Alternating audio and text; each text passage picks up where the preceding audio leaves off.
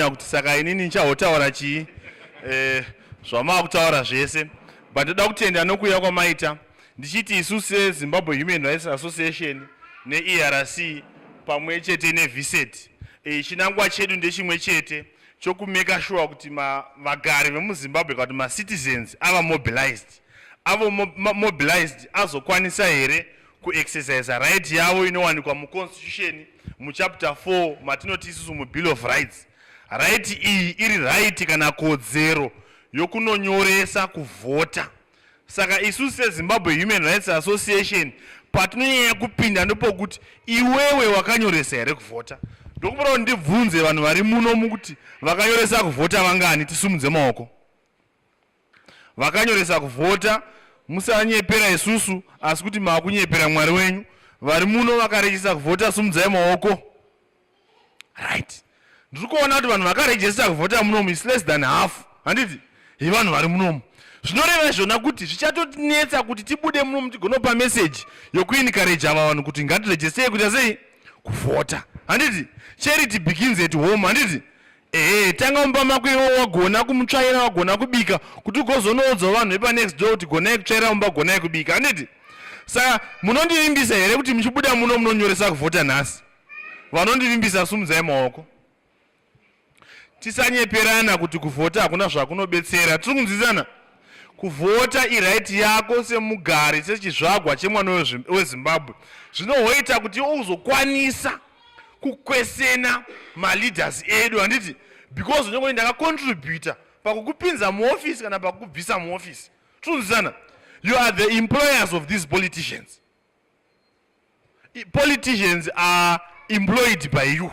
Handiti politicians are elected by you and politicians are selected by you. Tsunzana.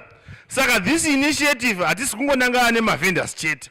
Tunangana nema-farmers, tunangana nevagari vekumaruwa, tunangana nema-students, tunangana nevanhukadzi, tunangana nevanhurume nevanhu vese vane makore ari pamusoro pe-18 years zvichikwira. Handiti tichiti isusu let's exercise our democratic right, the right to vote. Handiti but you don't just go and vote, you have to register first so that you can vote. Handiti participation yatiri kutaura iyi ngaitange pakugona isusu kuziva kuti chinonzi participation chii. Kana taunderstanda kuti chinonzi participation chii, ndokuti tigozoziva kuti how do we then take part and take charge in the political discourse of the country. Tiri kuunderstanda? Ndiri kutaura zvinhu zvomeka sense here.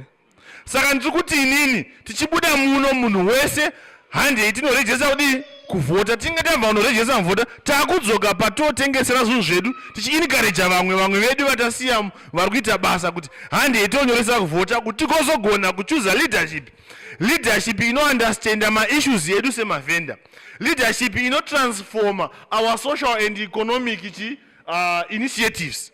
Tiri kunzwisana? A leadership inoresponda to the hopes, aspirations of Zimbabweans. Tiri kunzwisana? Isu seZimrai, seVSET, se-ERC hatikuudzei pakuvhotera. It's your right to choose and to decide kuti ndovhoterani. Handiti your vote is your secret.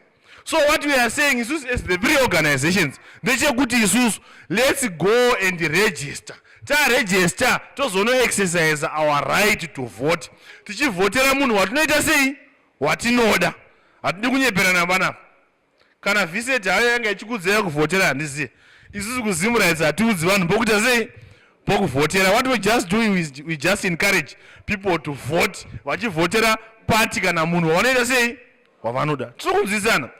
Saka isusu seZimrai tine campaign yatakalonja inonzi 10 by 10 hashtag 10 by 10 campaign.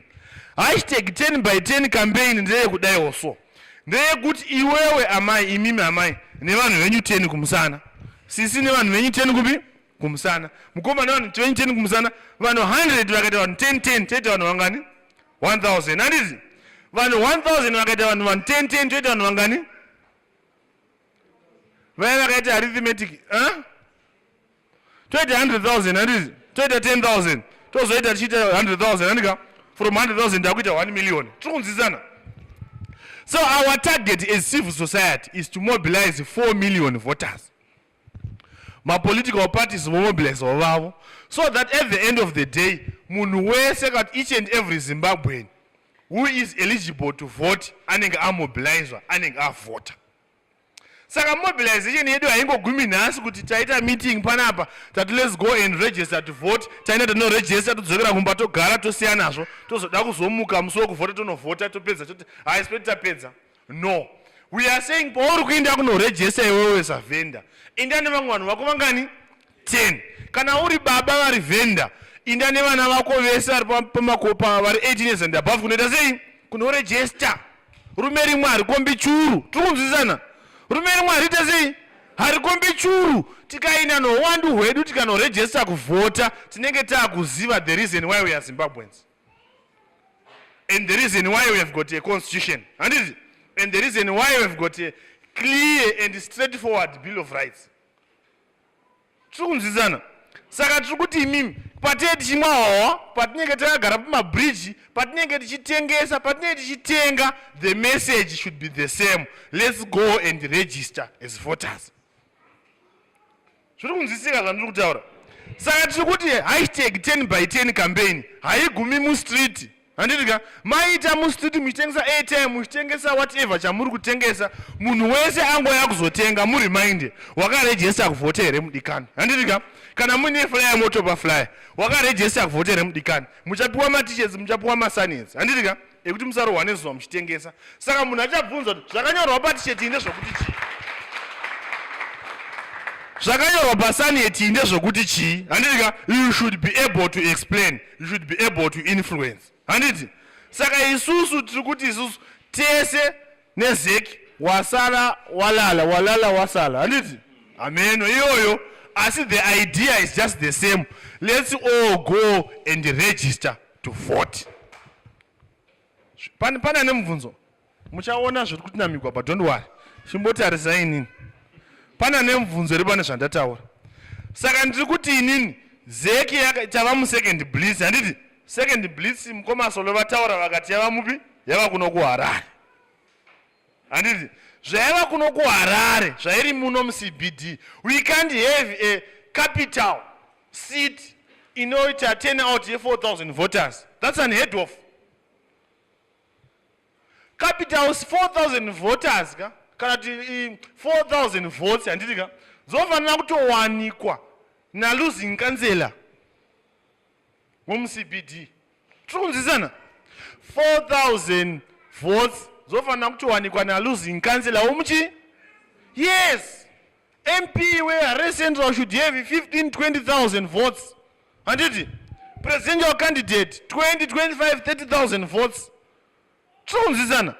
Because tiri kuti isusu vanhu vakabva kumaruwa vakauya kutauni. Handiti vakauya kutauni kuzotengesa, vakauya kuzotaundi kuzotsvaka mabasa. Handitika vari kugara mutauni, vari kugara mumaflats, vari kuita sei, vari kuita sei.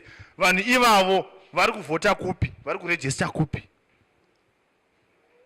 If we want to work and if we want to determine the future of our children, if we want to determine the future of this country, let's make sure that we participate in the political and social and economic processes of the country. There is no way that the government is not responsive, the government is not creating employment. You know, create employment yani usina voter. You know, respond to one waka voter. Tikunzwisana. You know, respond to one wano participate in political processes. Of course, it's not normal in a democracy, but we are saying kuti iwe uverengo uzikanwe. Handitika you should participate. Participation is very important. Participate in terms of registering as a voter, participating in terms of encouraging other residents and other vendors to register as voters. Participation in terms of mobilizing people to go and vote on the election day. Participation in terms of protecting the vote. Those are the very critical components that we need to reflect and also to mateedzera religiously. Tanzizana. So tiri kuti isusu munhu wese hashtag 10x10 let's go and register. Isusu mavenda nevamwe vedu vatasiya kudzimba ngatimobilizanei tiwande 10 vanhu vako 10 vanhu vako vamwe vaya 10 vawana vavo 10 vamwe vaya 10 vawana vavo 10 tese tonoregister kuti sei kuvhota. Hakuchina umwe mukana zvewatichawana tikasiya mukana wakadai uchinja. Musanyeperwa kunzi kwanzi kuvhota hakuna zvakunochinja. Voting is not about changing. Don't worry about it. Voting is about exercising your right. Yes, kuvota is not about but voting is about exercising your democratic right. Hey, party yangu haina strategy. Yeah, haina strategy kangosikamwa nemunhu wese haisiri strategy. Tunzana. A strategy is a secret. I know vana baba vane ma-strategies anoziva kuti kandida kuti ndiwane mari yedoro kuna medhemu ndoshandisa strategy. But mudzimai wako akaziva strategy yacho hakupeka bhozi hakuiziva strategy yacho. Saka ichisiri strategy, tirikunzwisana. Saka munhu anokuudza kuti kwai hazvina strategy, hazvina chimbotanga kubvunza kuti yenyu strategy ndeyechii? Strategy ikangogumira yava mupublic domain hachisiri strategy, handiti ndizvo? Yes. Haungafani kwa ini strategy yangu kana ndichidai ndinodai izvo zvamurifunga izvozvo. Iyoyo strategy yo haungafani uchiitaura marasta. Tinoziana. So isusu in short we are saying ndo mukana watinawo wakiretwa neViset neZimrights neERC ngatimushandise hande ino hwedu. Let's go and register. Handitika musanoregister mega chete but ngati mobilize vamwe vedu ma-vendors nehama dzedu nema-friends edu nevana vedu vanoregister vanyorese kuita sei kuvhota. Passport haukwanisi usina chitupa either chesimbi kana chebepa kana chiwaiting pass chiya chine face nenamba dzechitupa kana passport haukwanisi kunyoresa kuvhota ende haukwanisi kuvhota. Zvinonzwikana? Asi kana une chitupa chesimbi chinonyoresa kuvhota uye chinovhotesa. Handitika? Valid passport passport risina kuexpire handiti rinonyoresa kuvhota rinozovhotesa. Tsunzana. Chitupa cheplastic chinonyoresesa kuvhota chinozoita sei nozovhota. Handitika? Kana green waiting pass chine face nenamba dzechitupa panapa. Handitika? Unokwanisa kunyoresa kuvhota uzokwanisa kuita sei kuvhota. Mubvunzo waamai wokuti ndanyoresa kuEpworth handiti mozokwanisa kuvhotera here kupi? Ya. Kuri kunziko paurinonyoresa kuvhota uya neproof of residence. Handitika? Ya, unokwanisa kunyoresa kuvhota uri kuno kuHarare. Ini ndakaregister kuvhota ndiri kunoko paZindogapa. Asi ndakandoda unovhotera kunonzi kwaChirumanzu Ward 6 Holy Cross Midlands. Tsunzana. Because ndoziva kuti musi wokuvhota ndokwandendiri kupi? Ndokwandendiri. Handiti? Saka vanongoda proof of residence yekwandiri kutaura ndokwandodaro ndi sa in form of either an affidavit, tsamba ya sabhuku, tsamba ya chifi, tsamba ya nyogwana pasta vakadhinda. Handitika? Kana kuti bhiri remagetsi riri musita mangu kana tsamba ya landlord. Landlord yaona kunyorera tsamba kuti inini landlord ningi ndo ndini muridzi wemba house number yakati ningi ID number yakati anogara pamba pangu vosaina pamwe wesa phone number nesignature. Handiti yatova proof of residence. Kana police report kana wakambobigwa zvinhu zvako zvaunotengesa ukanoripota kumapurisa havantipe address vonyora address vodhinda yatova proof of residence. Inini proof of residence yandakashandisa pandakanoregister kuvhota ndakashandisa police report yefoni yangu yakanga yabiwa. Kana kuti tsamba yakambopfuura nekupost office uchinyoregwa iwewe kunzi kuno vatete vagwara. Handitika? Tsunzana. Nobva yairi tsamba kana dzichiko nobva yadhindwa mupost office iproof of residence. Kana bepa rekwaEdgars kana rekwaTopics kana rekwaTrueworth kana chimwe chinhu chinokuva nezita rako iwewe neaddress paine chidhindo chinoratidza kuti ndiwe address ndeyako. Tsunzana. Saka mai vekudziva rasekwa musanyanya kunetseka. Munokwanisa kunonyoresa kuvhota musina bepa remvura, musina bepa remagetsi. Mainde polling station iko zvino zeki yakati ma-supervisors aya vaokwanisa kukomishina. Ndizvo kamukoma solo vari kunegotiate, vari kugadzirisa kuti ma-supervisor epanoregistrwa vhota paya vakomishina. But kune mamwe ma-registration centers anotowanikwa commission of oath 24/7. Handitika? handi yetinoregesta ipapo wofila VR9 fomu rako rokomishinwa woregesta uchiisa adresi yako yekudziva rasekwa. Handiti unokwanisa kuregesta muno mutauni uchiisa adresi yako yeEpworth wotopuwa chisilipi chiya chotokuudza wadhi yako neconstituency yako. Pandakaregesta basi ndoga ndakapinzi ward 6 adresi yematipa ndeye ward 6 Chilumanzu South constituency. Handiti pano umwe mubvunzo wandasiya, pano umwe mubvunzo wasara asina chitupa. Ndataura kana usina chitupa haukwanisi kuregesta, kana kuti usina chitupa, kana usina passport, kana usina chimwe chibepa chiyachi haukwanisi kuregesta, haukwanisi kuvhota. Saka chitupa chako chao pawaregesta anowanda kuona chitupa muzowo kunovhota unofanira kuenda kumeka shoti waina nechi nonzani Tobias ngirikini tione chitupa utaza waina vhota siro vovhura. Handitika vopawana vokombeya handiti vokanzela ende iko zvino yava kunzi polling station based voting. I think mkomasolo vazvitaura handiti kuti zita rako kana riri panapa hauriwani kutown house, hauriwani kuna Samora Machel. Handiti kuti hara yanga iri ward based yekuti waikwanisa kunovhota chero pawaenda muward. Handiti iko zvino unotopiwa polling station. Handiti unotobvunzwa kunzi imimi adresi yenyu tikuona kuti padhuze nemi ndechikoro chakati woti kana kuti aiwa pane imwe yepakati haipo here konzi iripo tirikunzwisana. Saka iko zvino pawapiwa kuti ndo paunonovhotera ndo pane pega panenge pane zita rako. Saka tiri kuti vanhu maregesta tapedza handei tinoita vachazoshedzera inonzi inspection of the voters roll. Tonoinspecta unoti mazita edu akakepchwa zvakanaka here, takapiwa polling station chaicho here, information yese iri correct here. Tirikunzwisana ya ndaitira kuti ndiri kudzidza asi mukomasolo ndowanyazozviunderstanda izvi but inini ndiri kuda kuti ndizviunderstandewo. Nditi constitution yedu inoti voter registration is a continuous process, kureva kuti zuva roga roga rinova a working day registration inofanira kunge ichase ichiitika. Handiti asi yavari kuita iri kunzi blitz registration blitz, voter registration blitz, ndo zvatiri kunyanya kunzwa. Handiti yavaendesa makits mabiometric voter registration kits mumaareas anogara vanhu inofanira kupera musi wa19 December tawirirana.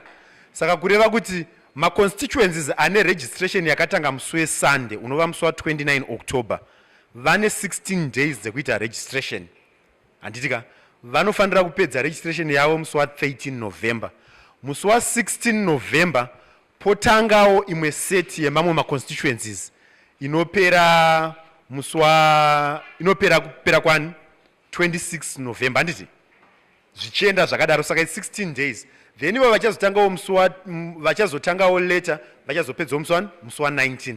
Kana vachinge vadaro voter registration blitz inenge yapera, kureva kuti hamuchazoona matents nemaschools ayaya achishandiswa semaregistration centers. Handiti saka registration inenge yakucontinue at the district office, kureva kuti muHarare munhu wese ari muHarare anenge achienda kuremembrance house, kuremembrance makuziva handiti kuMbare uko, kana kuti anenge achienda kuSeke Teachers College ndo inenge ichisevha vanhu vari muHarare as madistrict points eHarare. Mamwe maprovinces ese ane madistrict centers awo ndo kunenge kuchizoenda kunoregistwa continuously kune vaye vanenge vasara. Saka tiri kuti isusu usatosara pablitz because blitz iri mumaraini menyu. Handiti why do you want to pay 50 cents ne50 cents yekudzoka kuenda kuremembrance house? Enda unoregister pablitz ipapa. Handiti then pane nyaya yema-assisted voters vachazenge either vari deaf, vasingagone kufamba, vasingagone kunyora. Ndofunga pane dambudziko guru chairo ratiri kuona ipapo kuti haasi maservices ese ari kwanisa kuaccesswa nemagroups aya, asi chishuwiro chedu kuti vanenge vasangana nematambudziko iwayo vataure nesu kuitira kuti tikwanise kuzviraisawo zvekare kucommission kuti kwakati kune vanhu vakati vari deaf, kune vanhu vakati vanoda assistance but hapana vanhu vanokwanisa kuita sei, vanokwanisa kuva-assista. Ndingati ndo dambudziko guru riripo even pamaterial. Panga pachinzi parikugadzirwa material yebraille so that vasingaone vakwanise kuita sei, kuaccessa information. Asi ndofunga isu hatisati taiwana material iyoyo. Chinhu chekuti tichitotarisira kuti zvinofanira kunge zvapamberi, zvinofanira kunge zvichiitwa. vanoda kuasistwa kuvhota. Constitution nemitemo yesarudzo inotaura kuti iyo munhu woga woga anoda assistance anofanira kuuya nemunhu wake waakasununguka kuti amubatsire. Kureva kuti kana uchida munhu anokubatsira kunyora kana kuverenga kana kuita chii, unogona kuenda naye unotaura kuti uyu ndiye munhu wandinotrusta, ndiye achandibatsira kuita zvose zvandoda kuti ndiite sei ndiite. Asi ukaenda usina, chichazoitika ndechekuti zeki ichazokuallocata munhu ari ipapo kuti akuite sei akubatsire pamaofficials anenge aripo, rinova rinenge radambudziko. Saka tokurudzira kuti muvaudze vese vanoda assistance kuti vauye nemunhu wavo wavakasununguka kuti aite sei avabatsire kuregister kuvhota. Then pane imwe improvement yavakaita pamaforms eregistration avari kuita izvezvi. Pane section inobvunza kuti une any disability yauinayo here wonyora. Izvi zvinobatsira kuti paelection vazouya kumapolling stations enyu vachiziva kuti pane munhu akati anoda assistance, pane munhu akati anoda assistance papolling station yakati, ende zvinogona kuita sei zvinogona kutibatsira. Zvizvi zvinogona kuita kuti basa ravo rireruke, basa redu rireruke, zvienderere mberi. Pane mumwe mubvunzo wazobvunzwa, ndofunga ndiyo handiti? Yeah. Alright, maita basa nemubvunzo. For these and other stories, visit our website www.263chat.com. Follow us on Twitter @263chat and like our Facebook page 263chat.